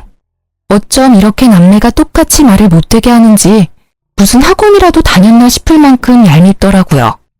정말 100번 양보해서 신우이 말대로 사업한다고 하는 가족이 걱정되고 염려돼서 조언을 해줄 수는 있어요. 하지만 제가 열심히 하고 있으니 신경 쓰지 말아달라고 간곡히 말을 했으면 듣는 신용이라도 해야 할 거 아닙니까? 나이도 별로 차이도 안 나면서 손이 신우이라고 저를 자꾸 가르치려고 들고 비아냥거리는데 이건 뭐 잘 되지 말라고 저주하는 것도 아니고 정말 듣는 입장에서 기분이 많이 나쁘더라고요. 너무 빡쳐서 원래는 시댁 행사에 나눠주려고 가져갔던 가전제품 선물들이 있었는데 하나도 주지 않았어요. 그대로 친정 부모님 가져가서 다 드리고 평소에 오래돼서 잘 안 된다고 하던 세탁기도 새 걸로 바꿔드렸습니다. 그래도 분이 안 풀려서 어떻게 복수하지 싶더라고요. 결국 이들에게 복수하는 건 제가 어떻게든 일을 놓지 않고 더 열심히 해서 더더더 잘 되는 것밖엔 없는 듯 했습니다. 그래서 정말 힘들 때도 있었지만 단골 늘리기에 주력하면서 리뷰에도 신경 쓰고 아이디어도 계속 생각하면서 퀄리티 유지하려고 노력을 했어요. 그래서인지 언제부터인가 메신저로 홈베이킹을 직접 배워보고 싶다는 사람들이 늘어나더라고요. 처음에는 말주변도 없고 그래서 사람들을 직접 상대하고 가르치는 걸 할 수 있을까 걱정이 됐습니다. 그런데 이번에도 처음에 해보라고 응원해줬던 친구가 레시피 그대로 가르쳐주는 거고 친절하게 하면 된다고 못할 것도 없지 라면서 용기를 불어넣어 주더라고요. 정말 제 인생에 인복이 없다고 생각했는데 이런 좋은 친구를 곁에 둔 것만 해도 성공인 것 같네요. 어쨌든 사람들도 많이 해달라고 요청을 하겠다. 친구 응원도 들었겠다. 클래스를 열면 성공할 것 같다는 자신감이 생겨서 일단 남편에게 계획을 말했어요. 그런데 남편 반응은 정말 차갑고 매정하더라고요. 여보, 나 쿠킹 클래스 하나 차리고 싶은데 어떻게 생각해? 누가? 당신이? 아, 또 누가 바람 넣었어. 그때 그 친구지? 진짜 어이가 없다. 지금 하는 것도 쩔쩔매고 겨우 하면서 누구 가르치고 그러는 거 당신이 할 수 있겠어? 괜히 사람들한테 욕만 먹는다. 하지 마. 아니, 미리 레시피를 다 가지고 알려주는 거니까 나는 한두 시간 정도만 바짝하면 되는 거라 괜찮을 것 같은데. 이번 한 번만 나 좀 믿고 도와줘. 내가 이렇게 말한 적 없잖아. 뭘 도와달라는 거야? 설마 그거 차릴 돈을 달라는 거야? 집에서 할 수는 없잖아. 그래서 작은 데라도 좀 빌려야 할 것 같은데 아직 내가 그만한 돈은 없어서 우리 그때 비상금으로 모아둔 통장 있지? 그거 이번에 깨서 좀 쓰면 안 돼? 나 진짜 잘할 수 있을 것 같아서 그래. 내가 이자 쳐서 다시 채워 넣을게. 야, 웃기지 마. 돈 날릴 일 있어? 제발 정신 좀 차려. 그 돈 절대 못 주니까 정하고 싶으면 당신이 알아서 그냥 차리든지. 나는 반대했으니까 나중에 왜 안 말렸냐고 내 원망은 하지 마. 알았지? 사람이 어떻게 이렇게 짜증나는 화법을 구사하는지 남편이랑 대화를 하고 지지를 얻으려고 했던 제가 잘못이었습니다. 매사에 부정적이고 꼬여서 어떻게든 제가 하는 생각과 일은 절대 안 될 거라고 말을 하는데 이런 사람이랑 살아온 제가 회사 면접에서 주구장창 떨어진 건 어찌 보면 당연한 일이겠죠. 원래라면 남편한테 이 정도 말을 들었으니 자신감이 더 떨어져 그래 내가 제대로 할 수 있겠어? 그냥 접자 했을 겁니다. 그런데 저는 이미 SNS 쇼핑몰에서 한번 성공을 맛봤잖아요. 정말 성공의 단맛은 강렬하더라고요. 남편의 반대에도 불구하고 저는 자신감을 잃지 않고 그래 내가 알아서 할게 두고 봐라 하는 마음이 생겼어요. 그래서 친정동생에게 SOS를 쳤습니다. 제 말을 들은 친정동생은 처음에는 망설이다가 이왕 하는 거 제대로 하라면서 응원을 해주더라고요. 정말 지금 생각해도 친정동생에게 감사할 따름이에요. 그렇게 결국 작은 동네 골목에 쿠킹 클래스를 열었고 원데이 클래스랑 창업반을 만들어서 홍보를 했어요. 이번에도 마케팅은 친구 도움을 많이 받았습니다. 확실히 제 생각처럼 수요가 많아서 대박이 났어요. 처음에는 제 베이킹 쿠키를 사가던 손님들이 주로 찾아왔는데 입소문이 나면서 기념일을 앞둔 사람들이나 실제로 베이커리 카페를 열고 싶은 분들이 찾아와 배워가고 어플에 좋은 후기를 써주시는 겁니다. 그걸 보고 전혀 모르는 분들이 찾아오기도 하고요. 전업주부하면서 제가 살림을 했었잖아요. 특히 여성분들이 많이 배우러 왔었는데 생활에 필요한 꿀팁이나 알뜰한 비법 같은 걸 알려주니까 너무 좋아하시더라고요. 그러면서 저도 점점 손님들 대하는 게 편해지면서 친해지기도 하고 자연스럽게 인맥도 넓어져서 정말 큰 도움이 됐어요. 그분들이 친한 언니처럼 저를 대하면서 아는 사람을 또 데려와 주기도 하니까 제 생각보다 가게가 더 잘 됐습니다. 그렇게 1년 가까이 쿠킹 클래스를 운영했더니 다시 옛날에 살던 큰 집을 구해 갈 수 있을 정도가 됐어요. 물론 돈을 번다고 해서 제가 허투루 쓰지 않고 꼭 필요한 데만 쓰고 모았던 결과이기도 했죠. 어쩌면 오랜 주부 생활이 낳은 결과이기도 하겠네요. 아무튼 이렇게 제 쿠킹 클래스가 잘 되고 나니까 생각지도 않았던 일들이 벌어지기도 했습니다. 제 사업에 대해 비아냥거리던 남편 누나가 안 망하고 1년이나 계속 유지를 하니까 궁금했나 봐요. 한번 친구랑 같이 와서 배워보고 싶대서 그러라 했는데 괜찮아 보였는지 자기도 창업반에서 배우고 2호점을 차리면 안 되냐고 계속 떼를 쓰는 겁니다. 너무 황당하고 웃겨서 표정 관리가 안 되더라고요. 그런데 문제는 이뿐만이 아니었습니다. 가만히 있던 남편 역시 자기 누나가 하는 걸 보더니 자기는 그럼 셔터맨 하면 안 되냐고 하더라고요. 진짜 사람이 너무 기가 차면 말이 안 나오는 거 아시나요? 무슨 소리 하는 건가 내가 잠시 정지되어 쳐다만 보고 있었어요. 그럼 부끄러움이라도 좀 느낄 줄 알았는데 전혀 아니었습니다. 생각해보니까 나 회사 곧 잘릴지도 모르잖아. 그런 회사 불안해하며 다니느니 집안일 하면서 내조하는 게 더 낫지 않을까 싶어서. 당신도 혼자 살림하고 일하기 힘들었잖아.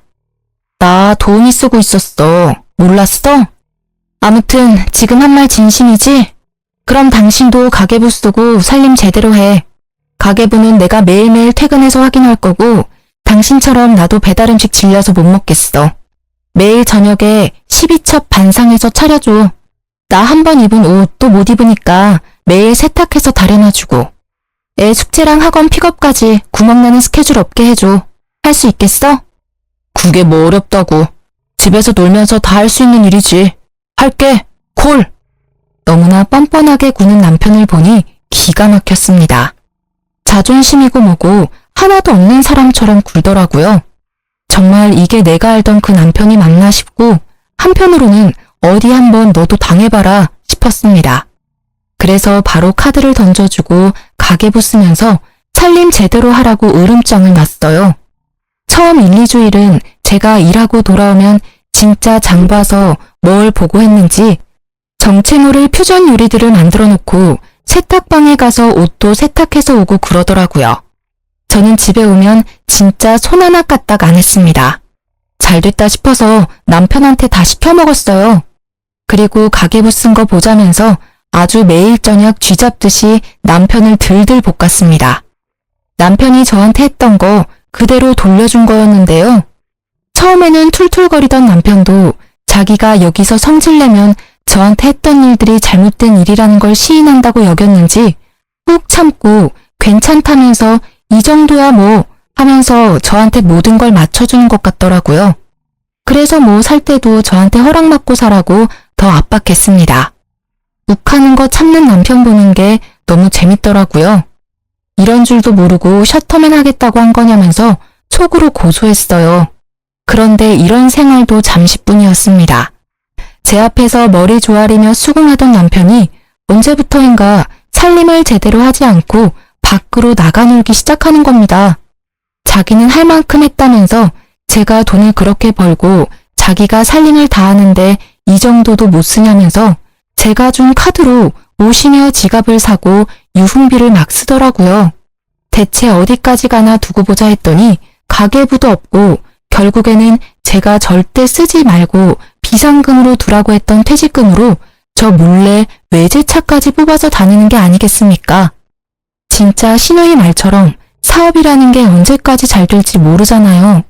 그래서 남편 퇴직금은 아이를 위한 비상금으로 두고 싶었는데 저만 믿고 홀라당 그걸 써버렸으니 진짜 어이가 없었어요. 저는 전업주부에도 절대 이렇게 돈을 안 썼거든요. 그래서 더는 지켜보기 힘들어서 남편에게 각서를 쓰라고 했습니다. 당신 살림 시작하면서 뭐라고 했어? 어려운 일 아니라며 잘할 수 있다며. 그런데 하나도 제대로 하는 게 없고 이게 뭐야? 당신 예전에 나보고 살림 잘하겠다고 각서 쓰라고 했었지? 당신도 각서 써. 지금 당장. 아, 그만 좀 해. 자존심 상해서 진짜. 돈 번다고 유세 좀 부리지 말라고. 유세? 나는 당신한테 받은 그대로 해주는 거야. 그리고 내 돈 가지고 흥청망청 쓰는 사람한테 이 정도 요구도 못해? 당신이 잘했어 봐. 내가 이러는지. 당장 카드 내놔. 당신은 내가 피땀 흘려 벌어온 돈 쓸 자격이 없으니까. 남편 지갑에서 카드를 빼내려고 하는데 필사적으로 막더라고요. 진짜 제가 무슨 큰아들을 키우는 것도 아니고 너무 어이가 없었어요. 한사코 말리는 남편을 피해 지갑에서 카드를 꺼냈고 눈앞에서 바로 가위로 서걱서걱 잘라버렸습니다. 그 모습을 바라보던 남편이 씩씩거리면서 각서 쓸 테니까 종이를 가져오라고 하더라고요. 바로 종이랑 펜이랑 인주도장까지 싹 다 갖다 줬습니다. 그리고 살림을 잘하겠습니다. 생활비를 아껴 쓰겠습니다. 아내에게 대들지 않겠습니다 등등 머릿속에 떠오르는 대로 불러줬고 몇 번 자존심 상했는지 멈칫멈칫하긴 했지만 남편도 불러주는 대로 곧잘 쓰더라고요. 저는 속으로 푹 웃으면서 그 모습을 동영상으로 찍었습니다. 남편은 열받아서 그런지 제가 찍는 모습도 모르는 것 같았어요.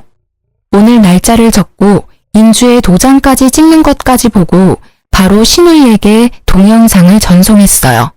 진짜 자기 동생이 당하는 이 순우를 보고 얄미운 신우이가 어떻게 반응할지 너무너무 기대가 되더라고요. 아니나 다를까 바로 전화가 바리바리 쏟아졌습니다. 여보세요? 네, 형님. 동영상 잘 보셨어요?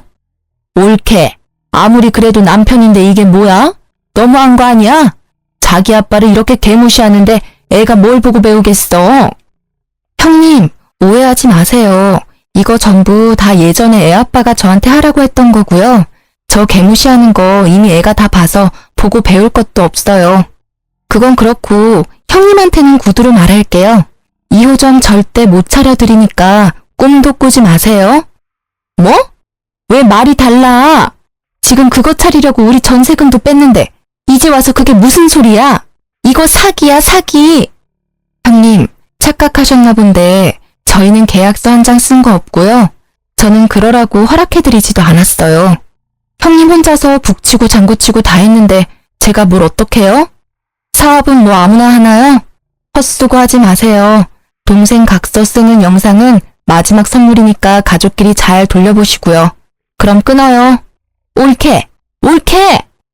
신우이와 제가 통화하는 걸 본 남편이 얼굴이 울그락불그락해져서 자기 동영상 찍었냐면서 미쳤냐고 막 이성을 잃고 달려들더라고요. 꼴의 자존심은 아직 있나 보다 했습니다. 남편 손에는 우스운 각서 한 장이 달랑달랑 달려 있었어요. 살펴보니 한자 한자 정성을 기울이기는커녕 흘린 채로 대충 썼는데 꼴 보기가 싫더라고요.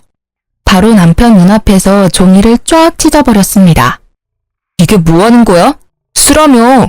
쓰라고 해서 썼는데 왜 찢어? 정성이 부족하잖아. 진심이 하나도 안 들어가 있는데 이걸 내가 뭘 보고 믿어? 당신은 항상 그런 식이지? 당신만 잘났다고 생각하고 나 가르치고 이렇게 가르침 받는 데는 익숙하지 않나 봐? 무슨 소리를 하고 싶은 거야? 똑바로 말해.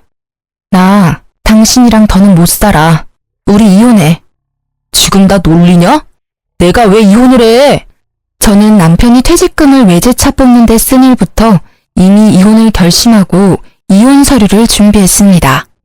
그런데 이혼 통보를 했더니 남편이 미친 듯이 달려들어 저를 잡고 말리려고 안간힘을 쓰더라고요. 진짜 구질구질한 모습에 짜증이 나서 뺨 때리고 준비해뒀던 이혼 서류 던지고 집을 나갔어요. 등 뒤로 남편의 열받아 울부짖는 소리가 들리는데 너무 통쾌했죠. 그렇게 저와 남편은 이혼을 하게 됐는데요. 정말 다행스럽게도 저는 쿠킹 클래스가 계속 잘 풀려서 저를 도와줬던 친구랑 동업을 시작했고 2호점을 내면서 승승장구하고 있는 중이에요. 신우이는 저한테 제대로 배우지도 않고 무리해서 쿠킹 클래스를 열었는데 실력이 부족하니까 아무리 홍보를 잘해도 초반 반짝이지 나중에는 파리만 날려서 월세도 못 내고 빚만 떠안았다더라고요. 저희 수강생 중에 신우이 쿠킹 클래스 다녀온 분도 있었는데 어찌나 욕을 하던지 속이 시원하던 거 있죠? 심지어 전 남편은 신우이 쿠킹 클래스에 투자를 했는데 같이 빚쟁이가 돼서 다시 취업을 하려고 하지만 나이가 많아서 재취업도 힘들고 생활비 벌려고 여기저기 아르바이트하러 다닌다고 하더라고요. 진짜 이 통쾌함은 뭐라 표현이 안 되는 것 같아요.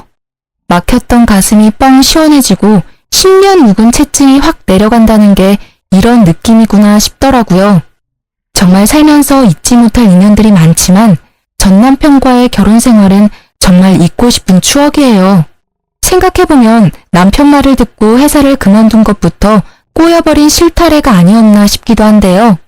어쨌든 저는 제 전업주부 생활이 아쉽기는 하지만 사랑하는 아들을 건강하고 바르게 키워냈다는 것 하나는 정말 자부할 수 있는 업적이라고 생각한답니다. 사실 전업주부, 워킹맘 모두 가정을 위해 헌신하고 자기 자식을 사랑하는 건 마찬가지잖아요. 그런데 이런 노고를 몰라주고 깎아내리기 바쁜 남편은 도저히 참을 수 없는 치욕이었습니다. 이제라도 그 수치감에서 벗어나게 돼서 다행이고 앞으로는 정말 주체적으로 제 삶을 살아갈 거예요. 사랑하는 아들과 으쌰으쌰 하면서 지내보겠습니다. 그럼 지금까지 제 이야기를 들어주셔서 감사해요. 여러분들도 더 밝은 내일을 사시길 바라겠습니다.